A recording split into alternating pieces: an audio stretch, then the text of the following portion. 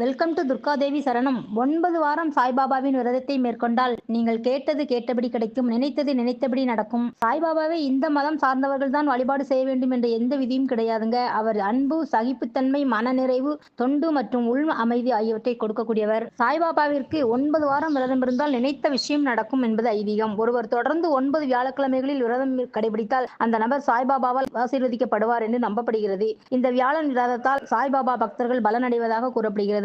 இது ஒரு எளிய விரதம் மற்றும் மிகவும் கடினமான தவம் இருக்க வேண்டும் என்று தேவையில்லை. இந்த விரதத்தை எந்த ஜாதி மத வேறுபாடின்றி யார் வேண்டுமானாலும் கடைபிடிக்கலாம். 9 வார விரதத்தை முதலில் வியாழன் அன்றுதான் தொடங்க வேண்டும். அதன் பிறகு தொடர்ந்து 9 வியாழன் விரதம் இருக்க வேண்டும். வெறும் வயிறாக இந்த விரதம் இருக்கக்கூடாது. பழங்கள், பால் போன்றவற்றை சாப்பிடலாம். அப்படி இருக்க முடியாதவர்கள் ஒரு நாளைக்கு ஒரு வேளை உணவு எடுத்துக்கொள்ளலாம். முடிந்தால் வியாழன் அன்று சாய் கோயிலுக்கு சென்று வாருங்கள். வீட்டில் காலையிலும் மாலையிலும் பிரார்த்தனை செய்யுங்கள். வீட்டில் மஞ்சள் துணி வைத்து அதற்கு மேல் சாய்பாபாவின் சிலை வைத்து படத்தை வைக்கவும். சிலை அல்லது படத்தின் நெற்றியில் சிறிது குங்குமம், மலர்களை மற்றும் பழங்களை வைத்துக் கொள்ளுங்கள். சாய்பாபாவின் புத்தகத்தை படித்து அதை முடித்த பிறகு தெய்வத்திற்கு வழங்கப்படும் உணவை வையுங்கள். அல்லது பால் வைத்துவிட்டு பூஜை முடித்த பிறகு நீங்கள் மட்டுமே அதை பாலை குடிக்கலாம்.